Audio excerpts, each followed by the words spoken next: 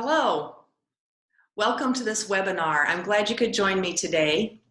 My topic is about supervision through a trauma-informed lens. I'll tell you a little bit about myself and then we'll dive right in. Let me share my screen with you.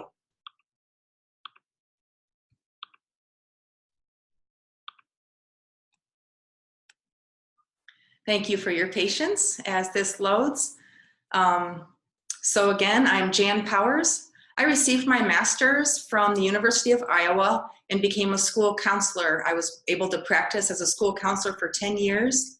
But in the last 3 years, when I learned about ACEs, Adverse Childhood Experiences Study, and trauma-informed practice, it was a game changer for me. It changed the way I viewed myself, the way I viewed my students, my school, and my practice as school counselor. So much so that I returned to school and now I'm in my 2nd year in the doctoral program.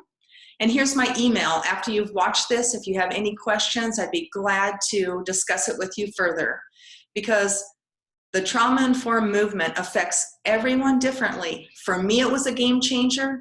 For some people, they just need to make a few tweaks. And for some people, they're like, okay, I'm already doing this. This is great. Wherever you're at, feel free to email me and let me know your thoughts.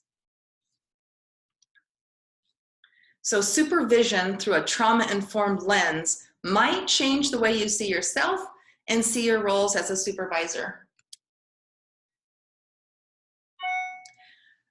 The purpose of this presentation is to discuss 4 things. First, I'll define what I mean by trauma-informed practices using the model set up by SAMHSA.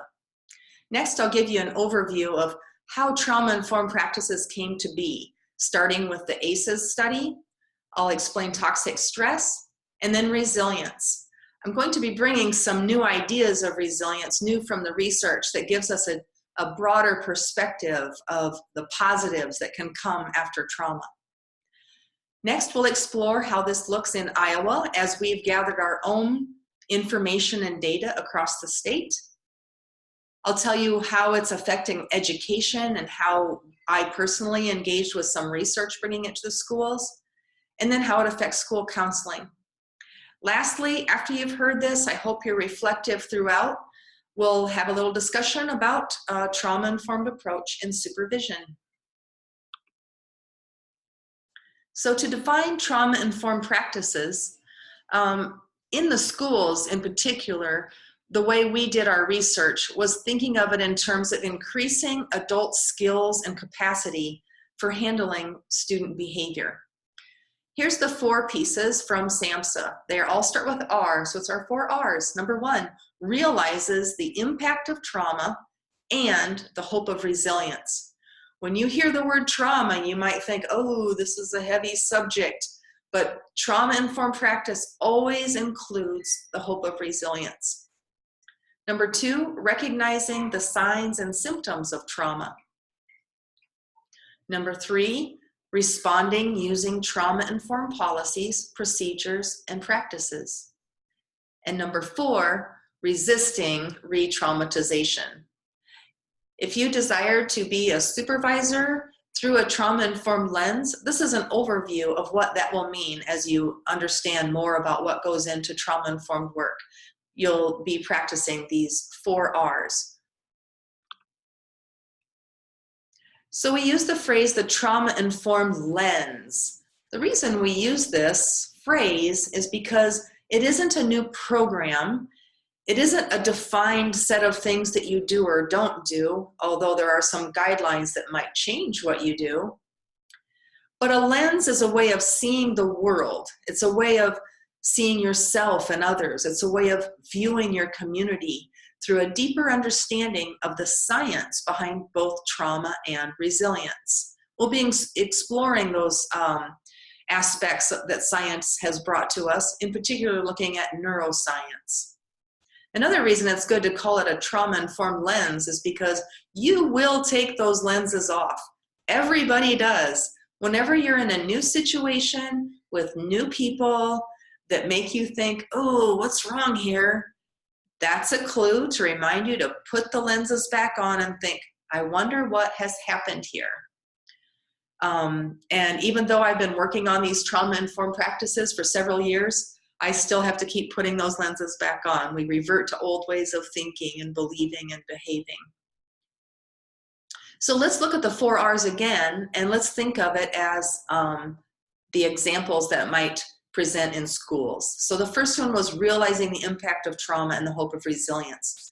With this, I want to think of it through neuroscience. I'll be showing you some slides about the brain, just like I've showed it in many schools that I've gone to help them become trauma-informed. When you see the impact of trauma on the brain, it gives you a new view of behaviors. And also when you can see that resilience is something that can be built in the brain, the hope of neuroplasticity, you remember the science behind both trauma and resilience. Number 2, recognizing the signs and symptoms of trauma. As you become more skilled at noticing the signs and symptoms, you increase your ability to provide the supports that they need, as well as possible referrals. Of course, you know school counselors don't have time to be therapists for deep trauma, so increasing those connections with people who can provide that is important. Number 3, responding using trauma-informed policies, procedures, and practices. Now, if your school is not using a whole school approach on trauma-informed practice, this is a little more difficult, but you might think about some things that are already happening in your school. Maybe the team planning, increasing the collaboration, looking at supports in a different way and just increasing some of the ways we support. I'll be giving you a model that might help with that later in the presentation. The way you teach in the classroom, building a very inclusive and belonging atmosphere without punishment can really help that trauma-informed practice take hold in your classroom. And also if you have PBIS in your school or any other programs, you can start to think about how trauma-informed practice can connect to that. Lastly, number 4, resisting re-traumatization. This is basically when you see children acting out in a way that behaviorism doesn't explain, there doesn't seem to be an antecedent or a consequence. It seems like they're reenacting their own little play that's going on in their head. That might be a reenactment of trauma. They might be trying to draw you into a power struggle to reenact whatever happened to them. And so resisting that helps to keep from re-traumatizing students that are reenacting those traumas. Punishment and exclusion are often things that schools have used that have actually re-traumatized students. So we try to find new ways to avoid those.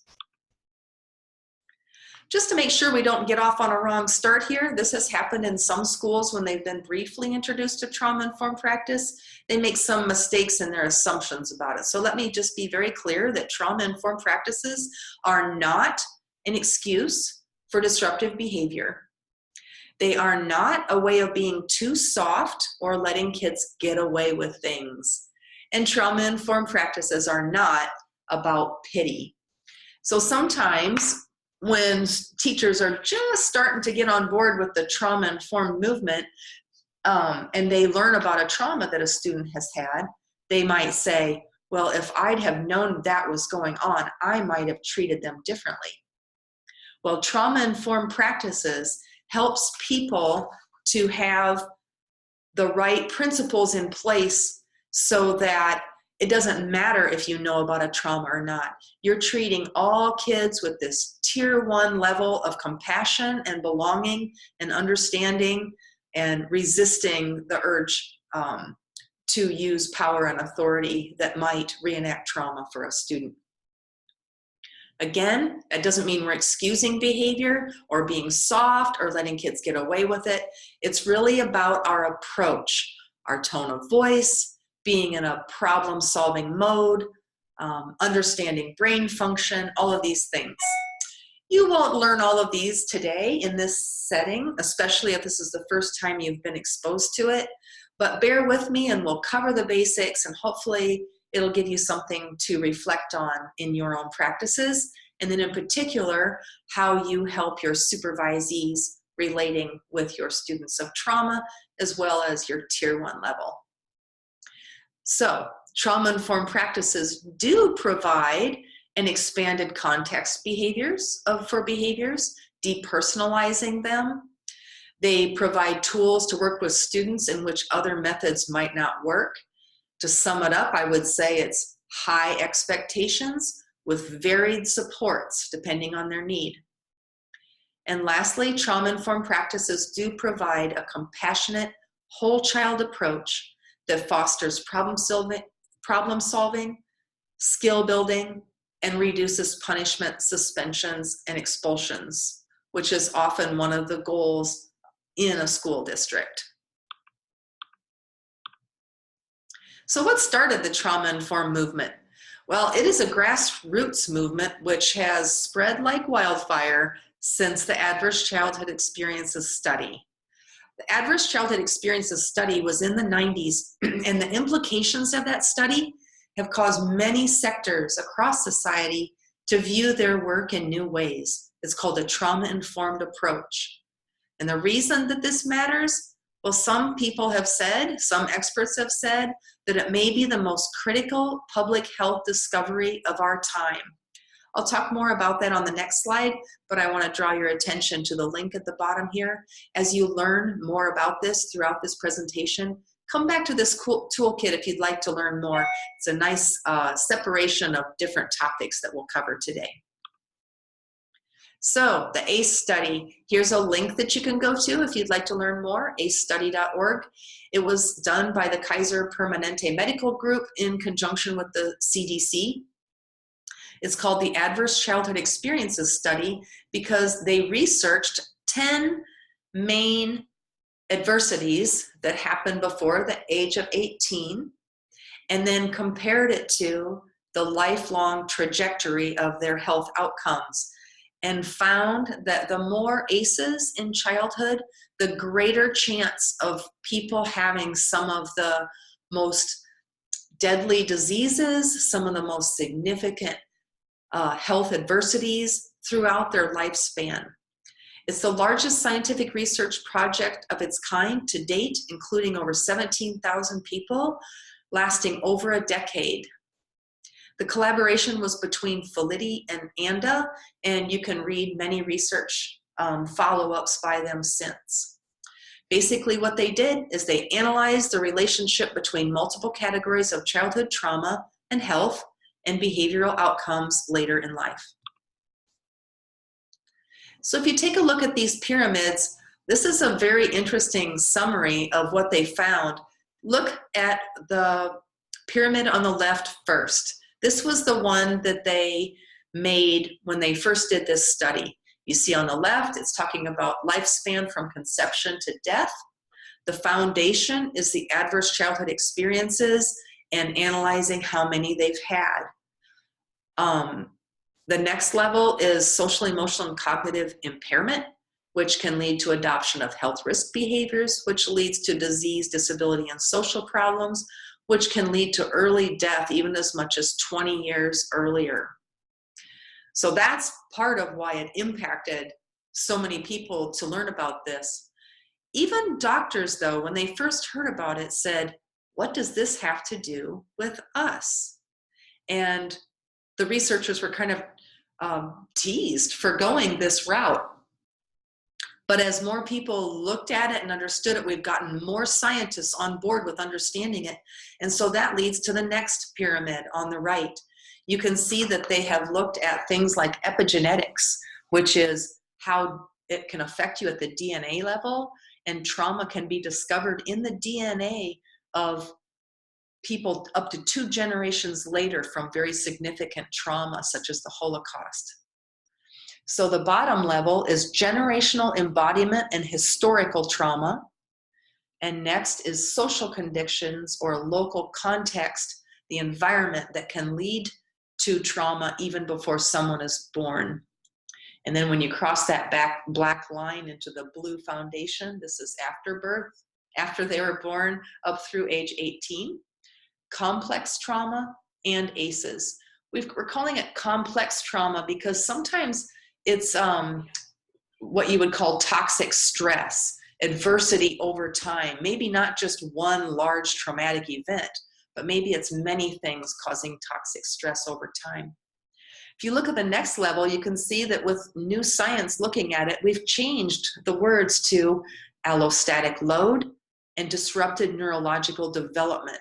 You can see that those words take away the shame and blame that come with what you see in the first pyramid, because now we understand more about the brain and how trauma affects the brain, even the architecture of the brain. Next, we've changed the words adoption of health risk behaviors to coping. Again, we don't look at behaviors as the fault or bad choices. We look at it as a method of coping with the trauma. It's normal reactions to abnormal situations, which can lead to, farther up the pyramid, a burden of distress, disease, criminalization, and stigmatization, and then early death. One of the reasons this second pyramid will be helpful to you as a supervisor is as you're working with supervisees, perhaps they're dealing with students, not just of trauma, but of generational trauma and social problems such as race and culture, ethnicity, immigration, poverty. And it helps them to understand microaggressions and implicit bias, which can be helpful as they learn to increase their capacity to deal with some perhaps difficult behaviors or things that are just not familiar to your supervisees. So these are links to things that you can explore further. I'm not going to explore it with you today, but I'll be sharing this PowerPoint with you so that you can access these links. Iowa ACEs 360 has a wealth of information. First of all, you can look at your own ACE score. Look at the 10 that were used in this study. Think about maybe if you had ones that aren't listed there, because there are certainly more types of trauma than 10, but this is just the way to interact with their follow-up slides about your risk of other impairments throughout life. So take a look at Iowa ACEs 360, evaluate your own past and your own ACE score. Take a look at those slides that might show some of your increased risks. If you already have some of those happening, it might shed some light on why that's happening to you and take away some of the shame and blame. And then last, you can look at Iowa counties and how the research is playing out in Iowa for your particular county. And in the Iowa 2016 report at the very bottom, you'll see a variety of things, including people's stories, and mine is included as well. If you're interested in how this matters to me personally, I told my story of resilience and how I was able to make some changes generationally. After learning about this and understanding how it changed my view of students and some of the behaviors that I see, I was able to join with these other folks that are listed here, Dr. Armida Wojcik, Dr. Carol Smith, and then fellow doctoral students, Brian Shamira and I, worked on what does it look like in a school setting when we teach all staff about trauma-informed practices? How does it change the school climate and the way we deal with students? We called it We Can, Building Relationships and Resilience, because it's a very strengths-based approach, very focused on the resilience part, and that was our response to helping education join the trauma-informed movement. There are other people, other programs that are bringing trauma-informed work to schools that you might hear of, such as ACE Interface, Connections Matter, and others. But this is the one that we did, and the reason we think that ours stands out a little bit is because it provides time for reflection each month. We did it over time and allows people that flexibility to think about how this is impacting them and then reflect with their colleagues. So the trauma-informed movement began in public health, and it changed their question from what's wrong with you, when people come into the office, what's wrong with you, to what happened to you. And they include questions on intake to find out their past, because they now know that early childhood adversity can affect them for a lifetime. Our research changed the question to what is working for you, and how can we build on that together? Again, very strengths-based and collaborative. So let's take a look at how ACEs and trauma affect learning. The blue box on the left shows some of the things that schools are very good at dealing with and looking for, assessing for, testing for, and supporting. Problems with executive functioning, problems with processing speed and working memory, learning problems, and developmental delays. These are all very related to academics and how students are doing. But the box on the right shows what we might see in behaviors or not see: emotional regulation, impulse control, hypervigilance, and problematic relationships with peers and adults. This side, I believe, is what often leads to punishment, suspension, and expulsions in schools. But with the trauma-informed approach and understanding the brain development, we can take a new, more compassionate problem-solving approach to these things. So what is the impact of trauma on the brain? Well, here's just a few slides to share with you. If you look at the first box, the gray one, you can see right away that a normal brain that has not been exposed to extreme neglect looks pretty full, and it's a quite large size without a lot of gaps. But the one on the right is much smaller. This is an example of extreme neglect. The brain is smaller and there are much bigger gaps in the brain. So the connectivity is different than in a normal brain. And then if you look at the PET scans on the right, you can see that in a normal brain, one that has not been neglected, it's lit up well throughout the brain, especially if you look at the top, that's the prefrontal cortex, or the thinking brain, the one that makes sense of the world and can be rational, is well lit up. But if you look at the one on the right, the neglected brain, you can see at the top, the thinking brain, there's big gaps. They can't make connections as well. Then if you look at the bottom of the page where it's really well lit up, that's the brainstem and limbic system that decides if you're safe. You can see this is very well lit up, which means that they are probably very hypervigilant, scanning their environment to make sure that they're safe. This is a short video called Your Brain on Stress. I won't take the time to show it to you now, but I invite you to do it on your own time. There are many very short videos at the Center for the Developing Child at Harvard University. It's called the In Brief series, and you can watch very short videos to learn about the architecture of the brain, resilience, trauma and its effect, toxic stress. And I invite you to look at that on your own time and consider how it might affect you personally or professionally, if it might be something you'd like to show to your supervisees who maybe haven't heard of this yet, or if you'd like to bring some learning to your staff. It might be a good for some professional development. Actually, they are written to be very parent-friendly as well, so you might consider sharing them with parents. How school counselors might lead their school in the trauma-informed movement. So for me, when I was a school counselor, it made sense to me to bring this to the school, and I had a good working partnership with our principal who supported this.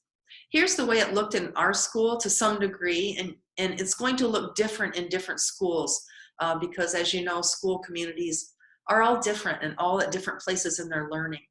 But the good news is counselors are flexible helpers and leaders, and they know how to adapt their learning to their school. So here's a few examples. Stronger focus on embedded social emotional learning.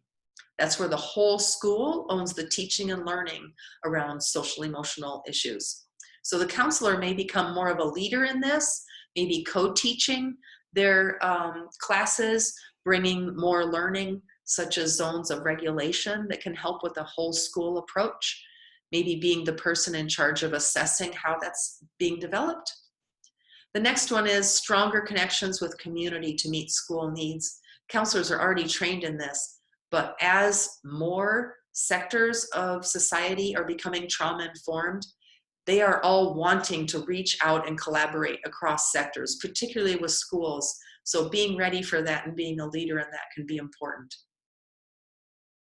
Next, a stronger focus on resilience and positive trajectories following trauma or toxic stress. I mentioned this at the beginning that resilience and the study of it has been changing, and there are more terms being used to describe resilience. So this can be a very important learning that counselors can bring to their school. Then the last one is trauma-informed counselor have tools to better advocate for all students. I'll be showing you one of those tools in a little bit called the ARCH model. It's a way of building resilience and addressing trauma both. The first one that I said, stronger focus on embedded social emotional learning, this is super important. There's been some really great research, even just recently, showing even stronger how social emotional learning supports academics. And of course, that speaks well to administrators in schools, and people want to hear that. So that's an important part. It strengthens positive connections to peers and teachers, increases the child's ability to handle strong emotions, increases student commitment to learning, and there's some research that shows that it could decrease even the probability of substance abuse later in life because of getting these skills for managing themselves at a young age.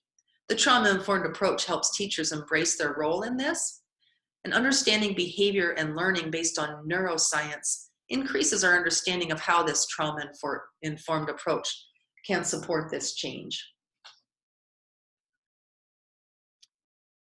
Stronger connections with community to meet school needs. Like I said earlier, this is a growing trend in society, so being ready to connect with people, wanting to connect with the schools will be important. More human service agencies are willing to connect, so school counselors can be that ideal person to bring better resources to their families and make better informed referrals. Stronger focus on resilience and positive trajectories following trauma or toxic stress. This, I think, is just so interesting that we are developing our research around resilience so that we even have new words for it to help us understand it. So one is emergent resilience. This is something that builds over time in response to chronic adversity or that toxic stress that I mentioned. You might hear it called stealing effects. So that when the trauma happens, if it isn't too extreme of a trauma, but more like toxic stress, it builds resilience in them, and then over time they get stronger and stronger. So that's good news. Another one is minimal impact resilience. This is when you see a positive trajectory following a single incident trauma. This can be important because often we assume that a trauma is going to debilitate a student for a while. Sometimes schools will make the mistake of hearing on the news about a tragedy and assume that the student will not want to participate and send them directly to the counselor's office in the morning. Whereas really, maybe that student, if they are on a positive trajectory and have some resilience, they may want everything to be the same when they get to school. They don't want to be treated differently. So it's important to understand that minimal impact resilience as well. And the last one, vicarious resilience, so important to know because I'm sure you've probably heard of the word vicarious trauma or secondary trauma. This is much more positive, right? Vicarious resilience is positive outcomes for supervisors and supervisees or anyone helping someone with trauma. And anytime you're helping others build resilience, you will grow in resilience as well, according to this research. And that's good news. I'm sharing this picture with you because Dan Siegel, a neuroscientist, has defined resilience as having a wide variety of connections across vast separate regions of the brain. When your brain is well connected, if you remember back to our earlier pictures of the brain, you are more resilient. The word that he uses is integration, be able to integrate new learning or new experiences, whether good or bad, and connect it to other things in the brain. Because of that, we developed the ARCH model of resilience to represent these connections across the brain, kind of like building bridges across the brain. So the first element is called attachment, and the next one is called regulation. The third one is competence, and the last one is health, the acronym ARCH. Here's a picture of an arch that's a bridge over a creek, and it's an interesting picture because you might think, wow, it looks like a lot of work to get over that bridge. It might be easier to just jump across that little creek. Especially when you think of it in terms of a supervisor, sometimes it might be easier to just do things yourself rather than build resilience in your supervisee. But it's so worth it to help your students or your supervisees learn to make those connections and build those bridges so that their resilience is stronger, and they can handle things that come their way better and better as time goes on and as their experiences increase. So let's think about how a trauma-informed approach might look in supervision. First of all, it's a very strengths-based approach that builds resilience. That's an important thing to remember as you're working with your students. They are going to come to you with varying degrees of understanding of the trauma-informed approach. You might help them in understanding this approach, and you will be building in their capacity to have it in themselves and build it in their students. It might change the way you conceptualize cases. It won't change all of them, but there might be certain students that have some red flags for trauma, and it might change the way you view their case. Third, the trauma-informed approach might help you identify triggers that you hadn't noticed before. If you reflect on your own ACEs and your own ACE score, you might connect it to things where you feel like you've lost some emotional regulation in a situation. That might be an example of a trigger. And the last one is self-care or systems care, which we'll talk about more on the next slides. So first, the ARCH model. It addresses both trauma and resilience. Attachment is the glue that holds the student there. Usually, that's relationship, and counselors are great at building those caring, safe relationships. Hopefully, you can help teachers with that skill as well, building great relationships with students. But if a student has some attachment issues due to trauma, you can still build attachment through building a sense of belonging, having a climate that feels safe, having expectations that are clear, having boundaries that are secure.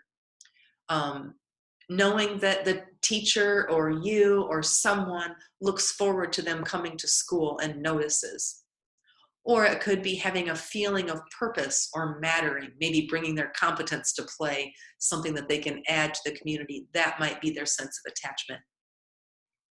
Regulation, you can think of that in terms of brain development. It's the ability to identify, manage, and appropriately express feelings.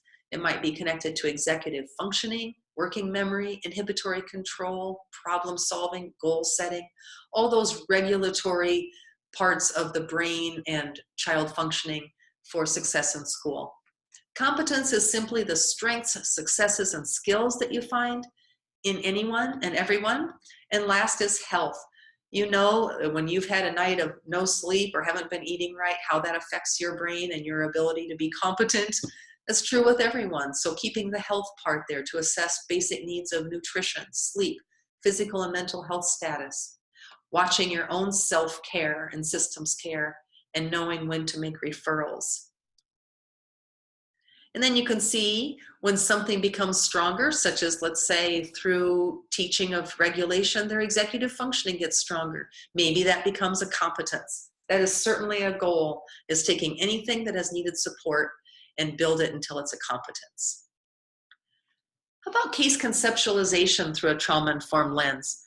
Let me just give you one example, and then hopefully that'll help you as you think through other case conceptualization. So the story of Ben, a student, this isn't his real name, of course, but he came to our school mid-year, and none of his previous records came from his previous school. It took a long time to secure those, and we had him now, so it was time to roll. And he was a struggling student. When you think of the arch model, he did not seem attached to people. He had no self-regulation. He was angry all the time, tipping over desks. We didn't know what competence he had because he didn't cooperate with anything. And from a health perspective, he did not look well. He just looked very small and skinny and acted like he hadn't had sleep. So we had a lot of questions about his health as well. Well, what we did was, since it was hard to build attachment with him, we started by building a secure environment.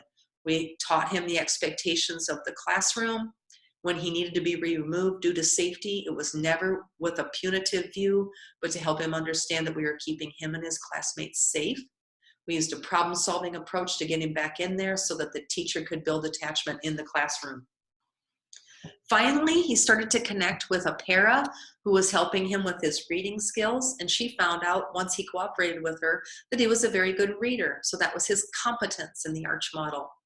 He started meeting with me. I had him use his reading skill to read scenarios from a social emotional learning game so it could start to build his understanding of regulation.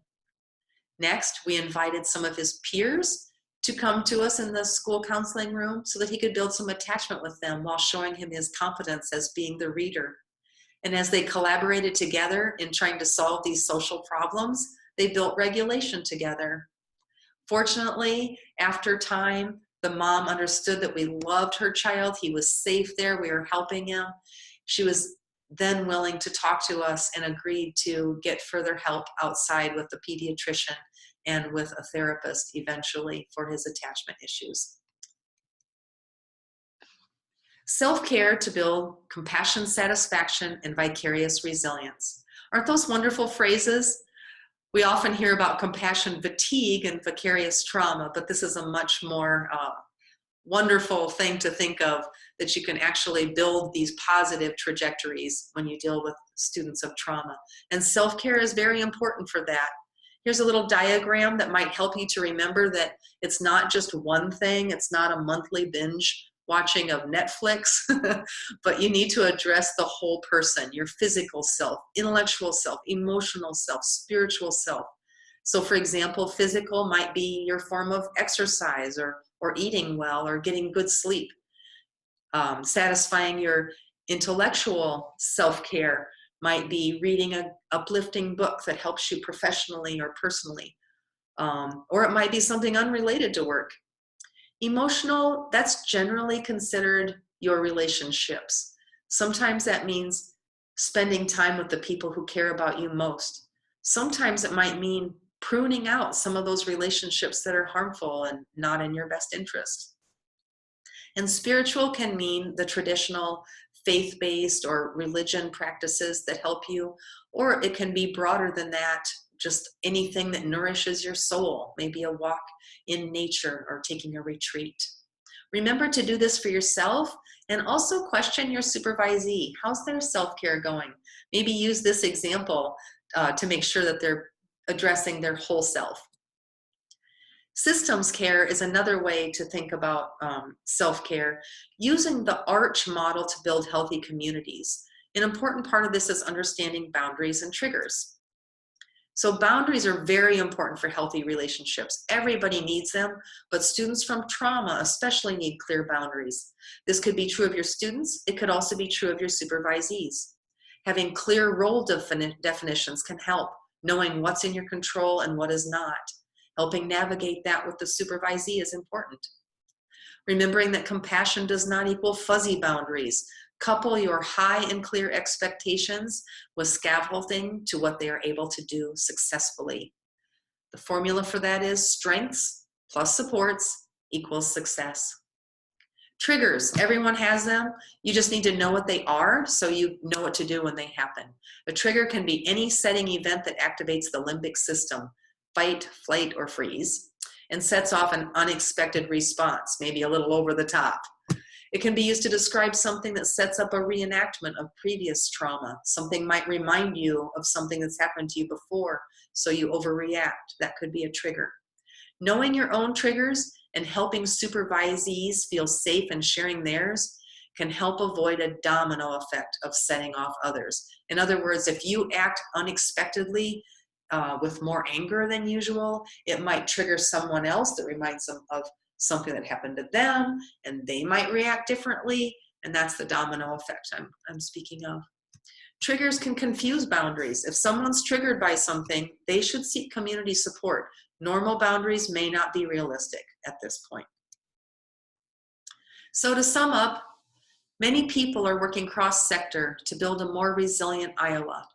I'd like to invite you to think about how you might increase your connection with this movement, particularly in regard to your supervision. Here's a few ideas. Number 1, know your own ACE score and your resilience factors. Number 2, evaluate your practices in counseling and supervision through that trauma-informed lens.